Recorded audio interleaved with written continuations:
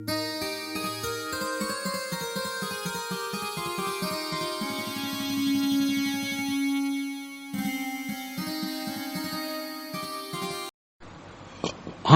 Server तज चले देही परिगो सूल, कहीं कबीर पुकार के तेधर तेई थूल। एक दिन ऐसा आता है कि हंस सरोवर को छोड़ करके चल देता है। मान सरोवर में हंस रहता है, ये शरीर मान सरोवर है, इसमें चेतन हंस निवास करता है। एक दिन फर से उड़ जाता है और उड़ते कोई देखता नहीं, सब पीछे वाले हाय तौबा करते रह जाते हैं और मजबूर होकर के लाश को जला देना, पानी में फेंक देना, गाड़ देना करना पड़ता है। कहते पारसी लोग ऐसे ही जमीन में फेंक देते हैं, उनकी कोई जगह होती होगी वहां रख देते हैं और चिलगित खा लेते हैं। अंत में फुकंत लुटंत गड़ंत करना पड़ता है। हंस निकल गया तो माता माता नहीं रह जाती, पिता पिता नहीं, गुरु गुरु नहीं और प्री प्री नहीं। हंस के निकल जाने पर सब बेकार हो जाता है। साहब कहते हंसा सरवर तज चले, हंस शरीर रूपी मानसरोवर को छोड़ दिया।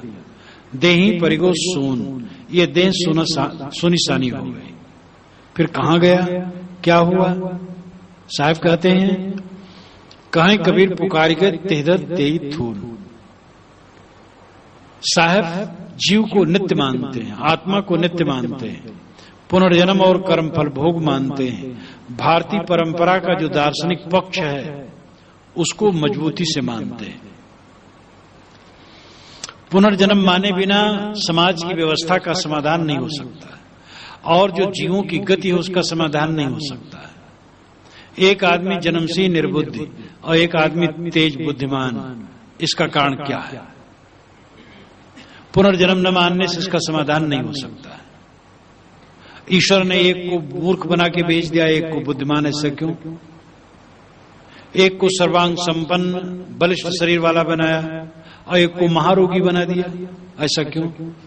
एक को तो पैदा कर दिया फुटपाथों पर और एक को सतमाले भव्य भवन में, ऐसा क्यों? पुनर्जन्म न मानने से इसका समाधान नहीं हो सकता। पुनर्जन्म में इसका समाधान है, जीव अपने कर्मवश जन्म धारण करता है।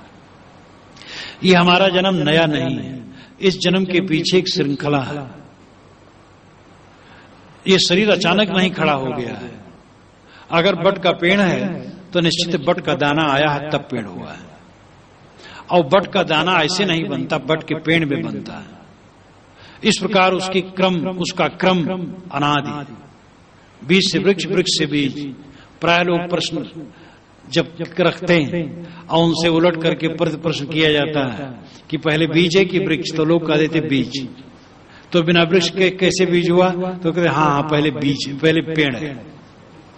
तो बिना बीज के कैसे पेड़ हो गया? कि हाँ तो बड़ा गड़बड़ है, तो क्या पहले? तो पेड़ है कि बीज?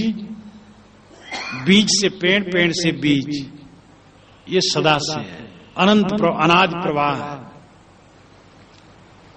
अंडा है कि मुर्गी? मुर्गी के बिना अंडा नहीं, अंडा के बिना मुर्गी नहीं। अंडा और मुर्गी का प्रवाह अनादि है, बीज वृक्ष का प्रवाह अनादि है, कर्म देह का प्रवाह अनादि है। ये हमारी देह नई नहीं है, अनेक देह हुई हैं और ये जीव जन्म जन्मांतरों में घूमता रहता है। साहब कहते हैं कि फिर वही होगा, शरीर छूटेगा फिर देह में जाएगा।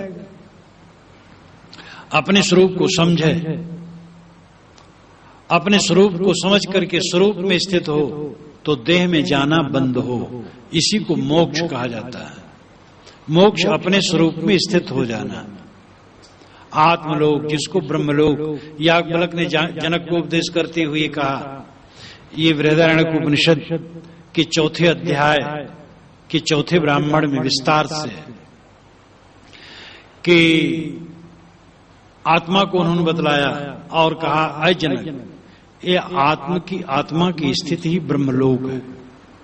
अपने आत्मा में लौट आना ही ब्रह्मलोक में पहुंच जाना है। लो मैंने तुमको ब्रह्मलोक में पहुंचा दिया। तो अपनी आत्मा को समझना और आत्मा में लौट आना, ये मोक्ष है। निस्वरूप की स्थिति मोक्ष है। अपने आत्मा को पा जाना मोक्ष है। संसार और आत्मा दो है, दृष्टा और दृश्य दो है। समुद्र के तट पर खड़े होइए, जल की तरफ देखिए तो जल है, और समुद्र की तरफ पीठ कर दीजिए तो केवल थल है। थल और जल की वहां सीमा मिलती है, और दोनों तरफ थल और जल निस्सीम दिखते हैं। इसी प्रकार बाहर देखो जगत है, भीतर देखो आत्मा है। बाहर हम जगत को देखते हैं, जगत को देखना बंद करते हैं तो आत्मा शेष रह जाती है। इसीलिए सनत कुमार ने नारद को उपदेश देते हुए कहा था कि भूमा यो वही भूमा तत्सुखम न अल्पे सुखमस्ति। भूमा में सुख है, अल्प में सुख नहीं है। और भूमा का लक्षण क्या है? यत्र नानद पश्यत नानद श्रौत नानद विजानात स भूमा। जब दूसरे को नहीं देखता, दूसरे को नहीं सुनता, दूसरे को नहीं जानता, वो भूमा है। देखना सुनना जानना किसका होता है? देखते हैं विषयों को, सुनते हैं विषयों को, जानते हैं विषयों को। विषय नाम पदार्थ, दुनिया की चीजें। देखना सुनना जानना संसार की चीजों के लिए होता है। जब देखना बंद हो, सुनना बंद हो और जानना बंद हो, तब स्वयं शेष है। चश्म बंद हो, गोश बंद हो, लब्य बंद, गर्नबीनी, सर्रेहक, बर्मन, बखन। ये रूमी साहब ने कहा है। ईरान के महान संत, सूफी संत रूमी साहब। चश्म बंद हो, आंखें बंद कर लो। गोश बंद हो, कानों को बंद कर लो। लब्य बंद, ओठों को बंद कर लो। गर्नबीनी, सर्रेहक, इतने पर भी सत्य के दर्शन न हो। बर्मन, बखन, मेरा मजाक उड़ाना। तो जे जीवात्मा भटकता, माया मोह में भटकता, जो प्राणी पदार्थ मिलते हैं उनको अपना मान मान करके भटकता।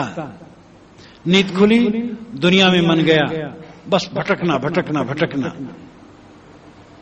अपने आत्मा को समझो और रोज ध्यान में जाओ। ध्यान द्वारा अपने चित्त को एकाग्र करो और आत्मलीन होने का अभ्यास करो। सभी को अभ्यास करना चाहिए ध्यान का। यहां पर एक सप्ताह का ध्यान, सघन ध्यान का रखा गया था प्रोग्राम। सब साधु बैठते थे दिन में कई बार, और कॉलोनी के कुछ सज्जन भी आते थे। ये अभ्यास सबको अपने अपने घर में करना चाहिए। ऐसा अभ्यास फिर कराया जाएगा, और सबको ये अभ्यास करना चाहिए अपने अपने घरों में। 24 घंटे में एक बार 2 बार बैठो, सुबह शाम। स्वाध्याय जरूरी है, धार्मिक ग्रंथों का अध्ययन, अच्छे आचार विचार, सरलता, पवित्रता, निष्कपटता, सद्गुण, आहार विहार में संयम, सात्विक भोजन, कोई नशा व्यसन बिल्कुल न लो। सात्विक भोजन करो और कम करो, हल्का भोजन करो। इस प्रकार सदाचार से रह करके शरीर हल्का बनता है और स्वच्छ रहता है।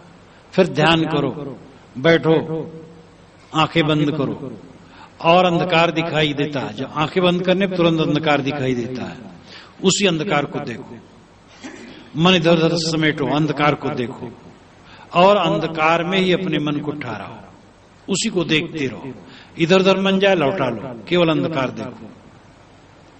अंधकार देखते देखते उसमें प्रकाश दिखाई दे सकता है, लाल, पीला, उजला, काला कुछ। फिर उसको देखो और अपने मन को ठहराओ। ऐसा अभ्यास करते करते फिर ये सब छोड़ दो। संकल्पों को देखो क्या उठ रहा है। स्थिर होकर बैठ जाओ और देखो क्या उठ रहा है मन में। जो उठ रहा है उसमें बल न दो, संकल्पों में अपना बल न दो। संकल्पों को छोड़ो छोड़ो छोड़ो, जो याद आवे छोड़ो, जो याद आवे छोड़ो। आप अपनी सत्ता संकल्पों में दे देते हैं, तब संकल्पों में बहते हैं।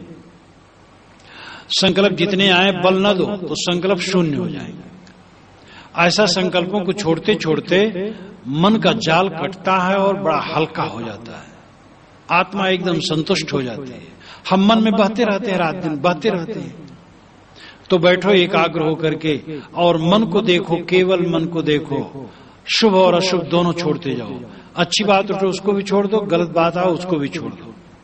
कोई संकल्प पकड़ो मत। और इसका अभ्यास रोज करो, सुबह और शाम।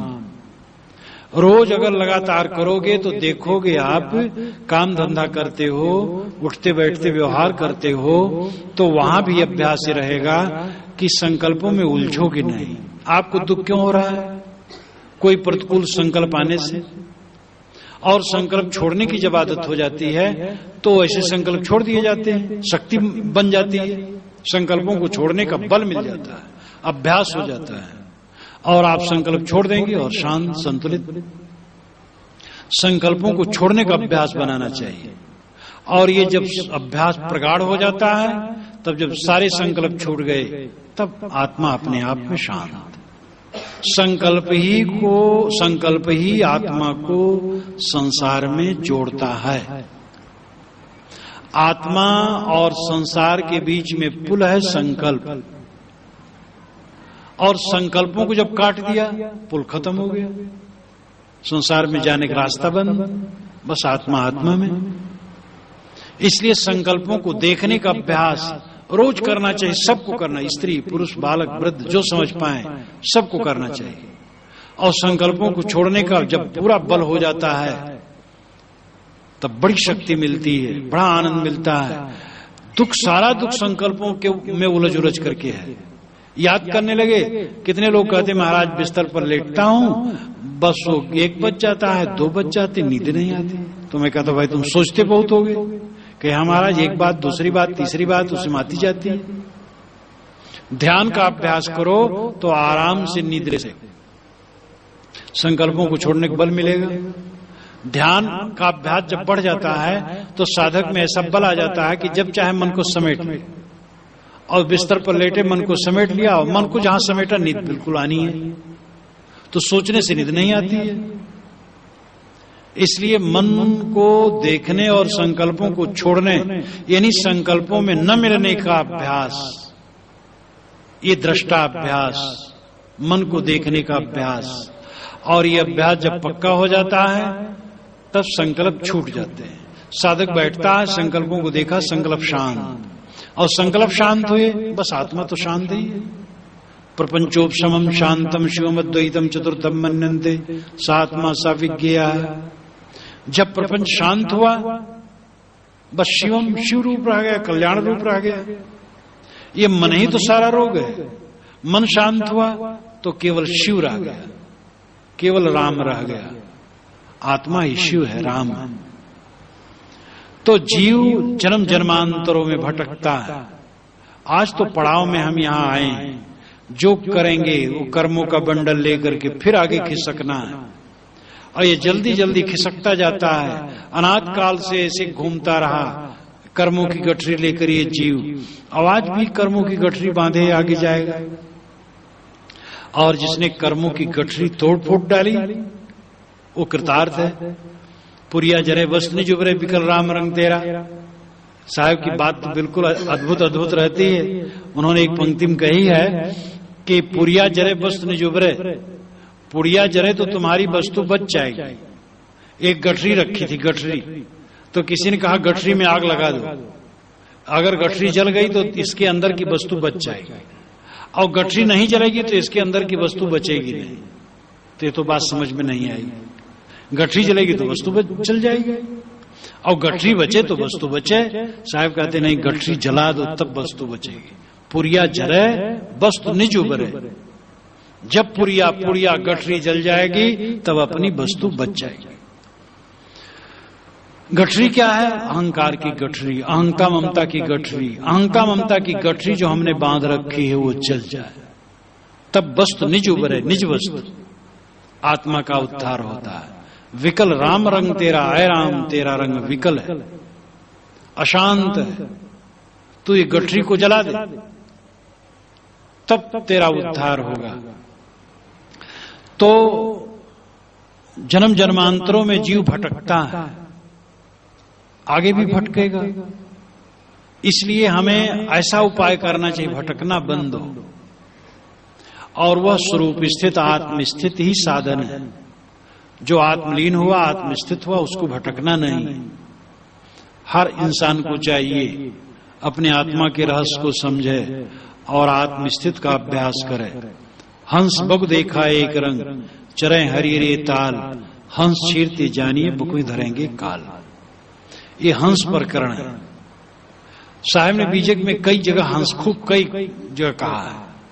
हंस शब्द उनको बहुत प्यारा था। एक तो एक प्रतीक माना जाता है कि हंस निर्चीर का विवेक करता है, पानी दूध अलग अलग कर देता है। और साहब पानी दूध अलग करने वाले बहुत, हर जगह चावल और कंकड़ अलग करते हैं, हर जगह वो विचार पेश करते हैं, इसलिए भी हंस शब्द उनको प्रिय है। इसके अलावा वे परब्रह्म को आत्मा से अलग नहीं मानते। वो कहते तुम्हें खोजना नहीं, परब्रह्म नित्य प्राप्त है, समझना है और ठहरना है, इसलिए भी इसको हंस कहते हैं। और निश्चित है यह सब हमारे ऋषि ऐसे ही कहते थे। उपनिषद आप देखें तो यही बात है। तो हंस मुख देखा एक रंग चरे हरि रे ताल। साहब व्यवहार में आते हैं, कहते हंस और बकुला एक हरे भरे ताल में चरते हैं। कैसे पहचाना जाए कौन हंस है कौन बकुला है? हंस छीरते जानिए बकुई धरेंगे काल। साहब ने कहा तो एक कटोरे में दूध पानी मिला के रख दो, और हंस होगा चोच मारेगा तो दूध बन जाएगा छेना, वो खा लेगा, पानी छोड़ देगा। और जो बकुला होगा वो तो कीड़ों और मछलियों को खाएगा। पहचान लेना। हंस छीरते जानिए बकुई धरेंगे काल। बक तो काल बन करके वो कीड़ों को पकड़ेगा। वैसे हंस और बक से कहा जाता है, हंस बकुला और सफेद होता है। हंस सफेद तो होता है लेकिन इससे थोड़ा सा कम सफेद होता है, और बकुला और ज्यादा सफेद होता है। और हंस तो शायद ऐसा ध्यान नहीं करता, बकुला ध्यान करता है। हम तो देखे हैं, आप कभी देखे हो या ना, आप लोग भी देखे होंगे।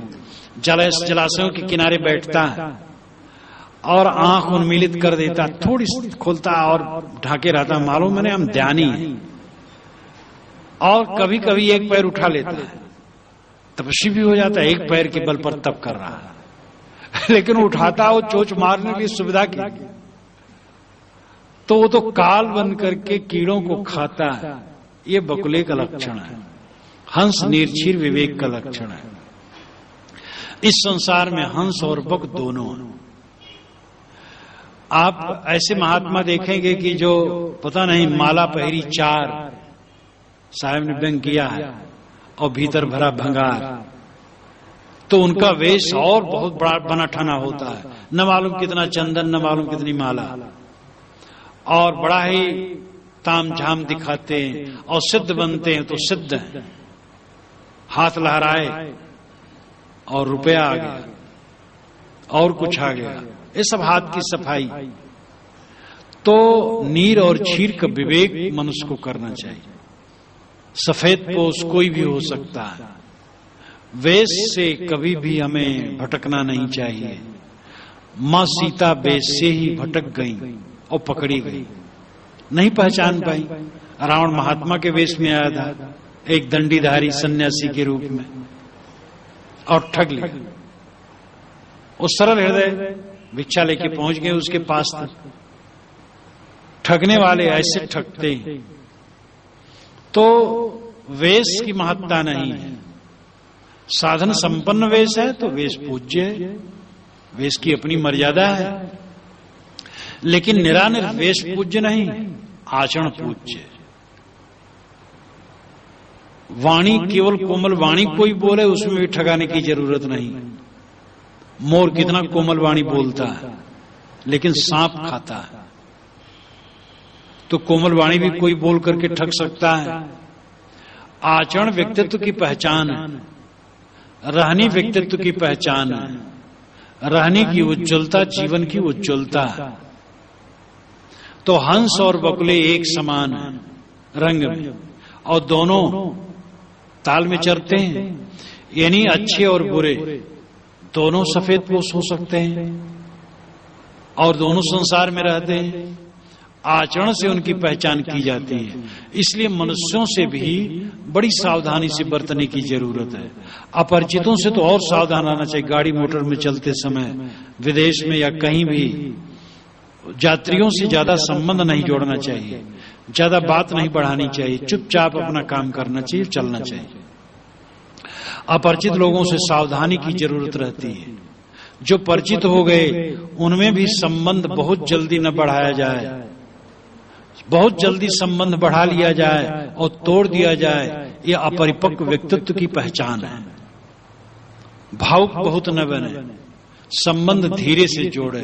न जोड़ना अच्छा है, संबंध जोड़ने की अपेक्षा न जोड़ना अच्छा है। सबका हित चिंतन करें, सबके लिए हित भावना हो, बहुत घिसोर किसी से जरूरत नहीं। न काहू से दोस्ती, न काहू से बैर।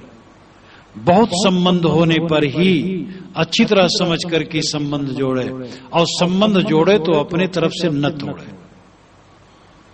जो लोग कहते हैं हमारे यहां नौकर तो टिकते ही नहीं है, एक नौकर नहीं टिका, दो नहीं टिका, अगर बराबर नहीं टिकते हैं तो आपका दोष है। और जो नौकर कहते हैं हम तो भाई एक जगह नहीं रह पाते, तो इसका मतलब उसका दोष है। संबंध में अस्थायित्व ये परिपक्व व्यक्तित्व की पहचान होती है। मित्रता जल्दी न करो, और मित्रता कर लो तो जल्दी न तोड़ो। बहुत ही समझ में आए कि अब गड़बड़ ही है तभी तोड़ो, नहीं तो छड़े रुष्टे छणे तुष्टे रुष्टे तुष्टे छणे छड़े, ये अच्छा स्वभाव का लक्षण नहीं होता है। इसलिए हमें चाहिए व्यवहार में समझ बूझ करके संबंध लेना और विवेक से चलना। काहे हिरनी दूबरी ये रे हरे रे ताल, लक्ष्य अहेरी एक मृग केतिक टारों भाल। एक हिरनी थी और हरे भरे ताल में चल रही थी, और वन था और काफी सब कुछ वहां पर सुविधाजनक था, लेकिन वो दुबली थी। किसी ने कहा तुम दुबली क्यों हो? तो उसने कहा कि मैं तो अकेली हूं और शिकारी बहुत हैं। केतिक टारों भाल, कितने बाणों से मैं अपने आप को बचाऊं? भाल कहते बाण के नोक, कितने बाण को बचाऊं? ये मानव शरीर में आया है जीव, हरा भरा मानव शरीर, कल्याणदायी मानव शरीर, लेकिन ये दुखी क्यों है? क्योंकि इसके ऊपर शिकारी बहुत है। काम, क्रोध, लोभ, मोह, राग, द्वेष, ईर्षा, परसंताप, अविद्या, अज्ञान, ये अंदर के सब शत्रु हैं। भीतर भी ऐसे शूरवीर मिलते हैं जो कुपाठ पढ़ाने वाले हैं, खराब आदतें डालने वाले हैं। कुसंगत का वातावरण तो सब समय रहा है, आज और भयंकर हो गया। जब विश्वविद्यालयों में भद्दी भद्दी चीजों का प्रयोग होता है और ऐसे ऐसे नशा, जो गंवार लोग गांजा भांग पीते हैं, ऐसे गांजा भांग पीने वाले विश्वविद्यालय के छात्र हो गए हैं। और हीरोइन पता नहीं क्या क्या चीज, कितनी चीजों को तो मैं नाम नहीं जानता हूं, वो लोग बताते हैं कि कैसा कैसा भयंकर विष होता है, और ऐसा ऐसा प्रयोग चल रहा है। कुसंग का वातावरण आजकल बहुत ज्यादा है चारों तरफ। विज्ञान ने भोगों की सामग्री इकट्ठी कर दी है और उसके द्वारा उत्पाद बहुत बढ़ गया, सुविधाएं बढ़ी हैं, लेकिन मन की उत्तेजना जिससे ज्यादा हो वो चीजें बहुत बढ़ गई है। उसमें बड़ी सावधानी की जरूरत है। अब घर घर टीबी ही महाकुसंग हो गया। ऐसी ऐसी गंदी गंदी चीजें, गंदे गंदे गीत सुन सुन करके सो जाओगे तब क्या होगा? सोना भी बढ़िया नहीं रहेगा, सपने भी बढ़िया नहीं रहेंगे। जब नींद खुलेगी तो उसी की गूंज होगी गंदी गंदी बातों की। जिसका देखना ठीक नहीं, सुनना ठीक नहीं, खाना पीना ठीक नहीं, बर्ताव ठीक नहीं, सोचना ठीक नहीं, तो मन ठीक कैसे रहेगा? वातावरण बहुत प्रदूषित है, इससे अपने आप को बचाना चाहिए। हम पूरे वातावरण को बदल नहीं सकते हैं, अपने को हमें बचा करके चलना चाहिए। वह उदाहरण जो मैं आपके सामने दिया करता हूं, चाम का जूता पहन करके आप चलें, आपके लिए सब जगह चाम बिछाया है।